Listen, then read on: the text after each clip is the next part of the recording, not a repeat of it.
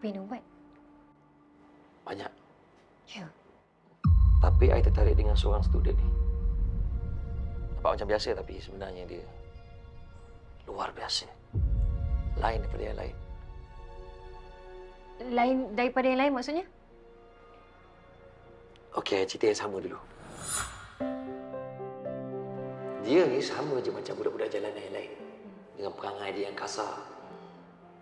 Tapi yang lainnya, pemikiran dia. I terbaca tulisan-tulisan dia, tak macam budak sekolah menengah lah. Dia punya tulisan semua macam pelajar kolej, budak you. Punyalah bijak, punyalah pandai. And one thing I adore about her. You tak payah nak lebih-lebih lah. Nak ador-ador dia pula. Background budak tu pun you tak tahu tau. You lupa? You hampir kena ciluk dengan budak-budak tu. Ha?